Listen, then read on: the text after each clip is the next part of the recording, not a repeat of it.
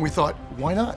We have most of our customers that come in, they share the passion with us, and a few of them own air-cooled cars also. So it made sense for us to offer service for the air-cooled cars and make it a one-stop shopping for them so they don't have to visit an independent. Here at Rusnak, they're all on board. They have a lot of passion for the older cars, as I do. It's becoming a lost art. The act of working on these cars now, with the values of these cars now, they're just going out of sight. The reason they get so many miles on them is because they hold up.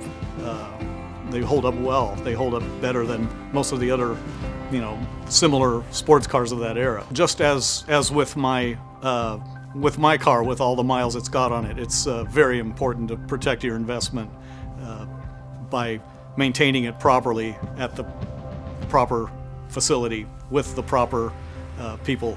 These cars are meant to be driven, not sit in a garage someplace. These are not garage queens. They're made to be driven, and the reason my car got to the ripe old age that it's gotten with all those miles on it is because it was driven, and I still drive it every day, and that's the key.